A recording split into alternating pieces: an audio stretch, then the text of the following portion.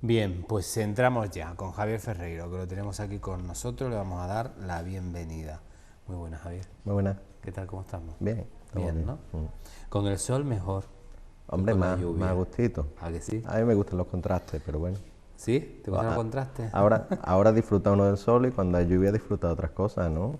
Eso es- Pero es bueno, el sol es mejor que la lluvia. En Bueno, el estado de ánimo, digo. el sol, lo fundamental biológicamente hablando es que ayuda a sintetizar la vitamina D, la Nos viene mucho antirraquítica. mejor, ¿no? Entonces, bueno, pues eso tiene un efecto general sobre el ánimo, ¿no? Aparte ya de que cuando sale el sol hacemos otras cosas, ¿no? Sobre todo cuando Sale, puede salir. llevamos una temporada metidos en casa, intentando estar calentito, digamos, abrigado, ¿no? Pues hay otras posibilidades. Siempre el cambio, pues, Te activas. más fácil, claro. Bueno, pues abrimos nuestra consulta, ¿eh? Y bueno, vamos a seguir con esas preguntas que ustedes nos hacen, en este caso pues para nuestro profesional, ¿no? Dicen, ¿por qué no somos iguales todas las personas? ¿En qué medida depende de los genes nuestro modo de ser? Aquí físico, plano físico y Plano físico, psicológico. psíquico. Bueno, hay cosas muy Psíquico. interesantes y muy clarificadoras al respecto, en el sentido de que si nos vamos a la genética, pues hay multitud de experimentos o de investigaciones hechas a propósito, por ejemplo, de personas con la misma genética, que son los gemelos univitelinos.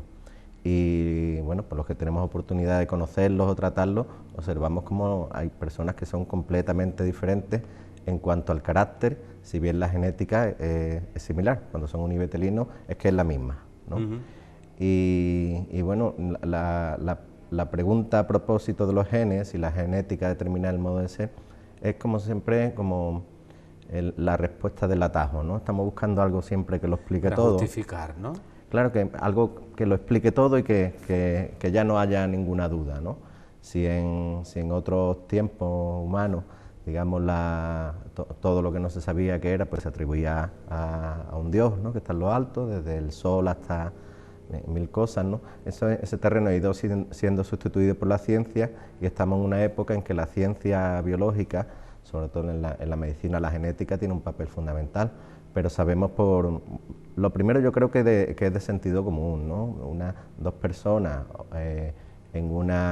en diferentes situaciones, han estudiado gemelos que viven separados porque uno lo ha adoptado una familia, otro otra, son personas diferentes. Entonces ahí nos interesa a los psicólogos, los psiquiatras, los que nos interesamos por el ser humano más allá de lo biológico, nos interesa lo que le llamamos lo psicogenético. Genético en el sentido de que de ahí deviene lo psíquico, ¿no? Y sabemos que hay, digamos, toda una clase de experiencias de vida que determinan cómo hemos de ser. Siempre pensamos, si lo hacemos, digamos, por capas, está lo genético, después está el organismo en el sentido muchas veces de lo que llamamos el temperamento, ¿no? Mucha gente que a nivel biológico Tiene el mismo temperamento que tu padre. muchas veces eso se ve muy bien en los poner niños. ejemplos, ¿no? Muchas veces se ve en los niños, en niños que dice, este niño es muy nervioso, ¿no? A mí no me gusta la palabra nervioso porque es muy confusa y casi siempre cuando alguien está diciendo este niño es muy nervioso es un niño muy activo, ¿no? Y al extremo de que pueden decir este niño es hiperactivo, que es un diagnóstico más que de cómo es el niño, de cómo se siente el adulto, ¿no? Este niño que me tiene loco es un niño hiperactivo, no, es un niño inquieto, activo, que quiere hacer cosas, ¿no? Y decía esto porque parece, hay muchas veces se ve el temperamento, ¿no? Hay bebés que son más activos, que directamente están buscando la interacción con el adulto, y otros pues son más pasivos, más Tranquilo. sí, son más receptivos y no tan intrusivos, ¿no? No entran tanto a provocar cosas. Hay unos experimentos terribles en psicología, ya no recuerdo si era de unos rusos, unos americanos, tenían a dos bebés que no les hacían caso, nada más que para alimentarlos. Y tuvieron que cambiar el experimento porque la idea suya era no tocarlo siquiera. Y los niños estaban ávidos de contacto humano, de tal manera que cuando pasaban los experimentadores sádicos estos, pues hacían ruido, se empezaban a moverse, atención, claro, hasta que consiguieron establecer contacto físico, y curiosamente ahí fue cuando los investigadores cambian, ¿no? Cambian como que entienden que, ¿cómo se dice?, como que les toca la fibra sensible, ¿no?, el corazón. Entonces estamos preparados, digamos, por el temperamento, y en ese sentido sí hay una genética que nos prepara, pero a todos por igual, ¿no? Pues nos prepara pues para en el tercer mes de edad, casi todos lo hemos visto, el niño ya empieza a sonreír, ¿no? La sonrisa del tercer mes, la angustia del octavo mes, cuando... la sonrisa del tercer mes es muy interesante porque es como tú le haces a un niño a partir de 3 años, le haces esto y reconoce esta estructura, ¿no? Y sonríe, y es como como reconoce a otro humano. Sin embargo, al octavo se da la angustia del octavo mes, la angustia ante extraños. De repente empieza a discriminar quiénes son los propios y quiénes son los ajenos, ¿no?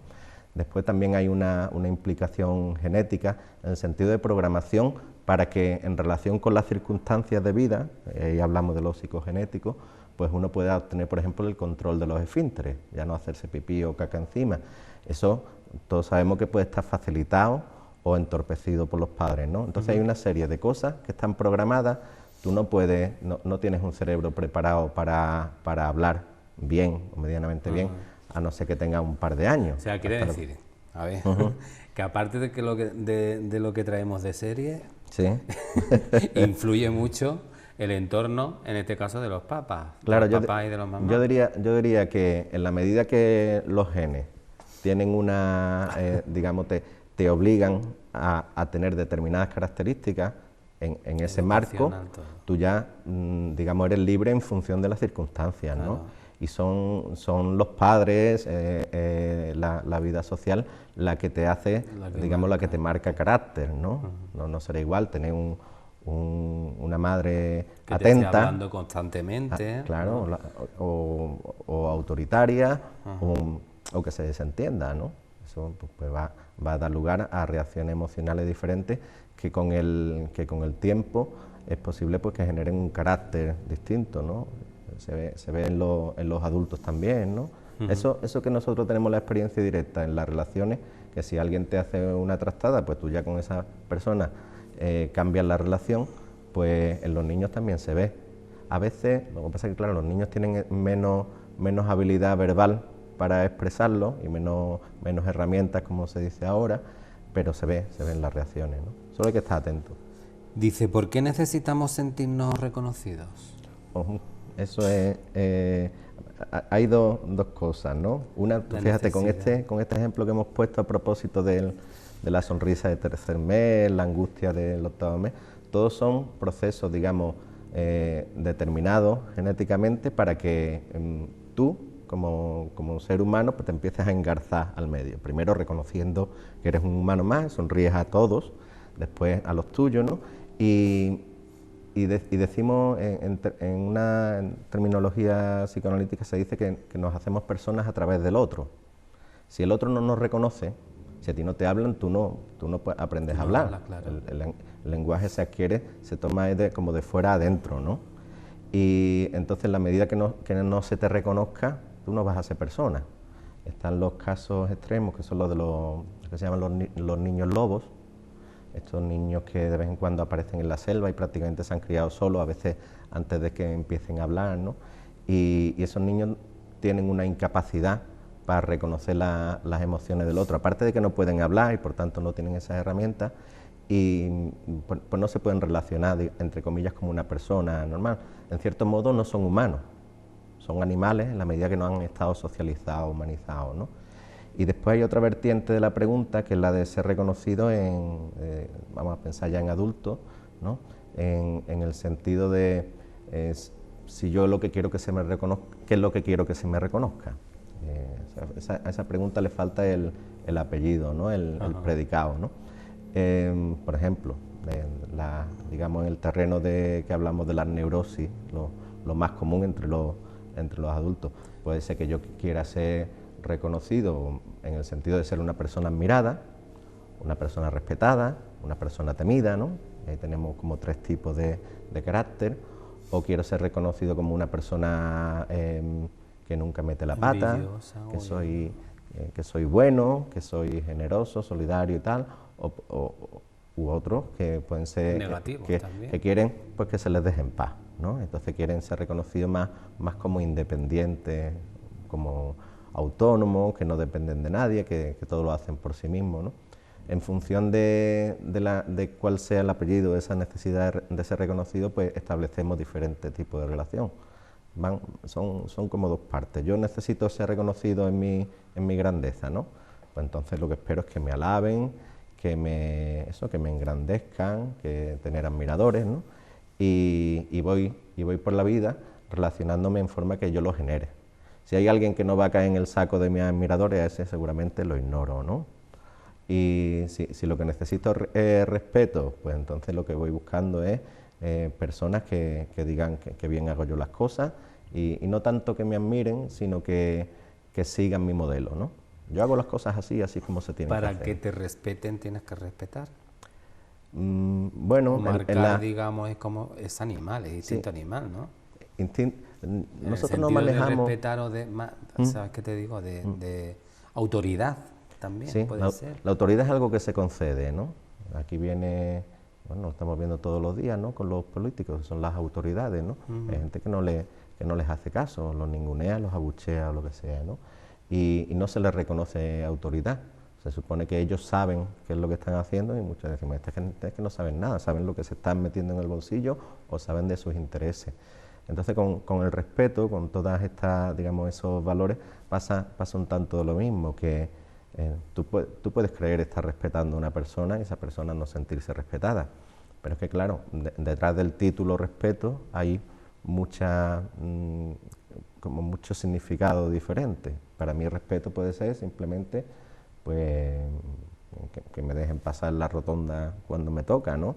Y para otra, pues bueno, para uno que sea muy son distintos conceptos, ¿no? Claro, entonces, en cierto modo, cuando hablamos los dos de respeto no sabemos de qué estamos hablando, porque yo estoy hablando de respeto para mí y tú estás hablando de respeto para ti, ¿no? Por eso en psicoterapia, en psicoanálisis, lo más importante es escuchar al otro, es escuchar y dejarlo que se escuche. El respeto, ¿qué quiere decir usted por respeto, ¿no? Entonces que empiece a sacar significado, a darle sentido a eso que está diciendo, ¿no? Si yo estoy molesto porque en el trabajo, pues eso, no me respetan, ¿qué es lo que me está molestando? A veces es una mirada, a veces es una orden, a veces es, bueno, pues que espero que me toquen las palmas, y a veces sí me están respetando y soy yo el que no lo siento así porque estoy exigente a propósito de eso. Entonces, Javier, ¿necesitamos sentirnos reconocidos? Claro. Que era la pregunta que... Por eso era la primera parte de la respuesta, como tú. persona, sí, claro, si no te reconocen en el sentido de que tú eres un otro, ¿no? Como él, pues que no puedes jugar socialmente, no te puedes relacionar, ¿no? El paradigma de la persona no reconocida, aparte de esto de los niños lobos, es el marginado, ¿no? Que nadie lo mira, que nadie se relaciona con él, el mendigo, al que se le ningunea, ¿no? Esa persona tiene un sufrimiento enorme porque parte de nuestra salud mental y biológica también está en lo social. En la medida que uno pierde relaciones sociales, se aliena, decimos, ¿no? Que es un término antiguo, se hace otro que no es uno mismo, ¿no? Entonces, claro, todos necesitamos sentirnos reconocidos. Otra cosa es en qué necesitamos sentirnos reconocidos, ¿no? Volvemos el jueves. Volvemos el jueves. Con muchas más cosas, y a ustedes pues que sigan haciéndonos esas preguntas para nuestros profesionales, que se las hacemos llegar. Como siempre decimos, son casos muy particulares que conviene, como siempre, pues entrevistarse con el profesional para que le asesore mejor, ¿no? Nos vamos a marchar y lo hacemos, pues, ¿a dónde? A la música, ¿no? Nos vamos a ir con un poquito de música. Mira, vámonos con Mónica Naranjo, ¿eh? Y empiezo a recordarte, es el tema que nos quedamos con ello. Hasta mañana.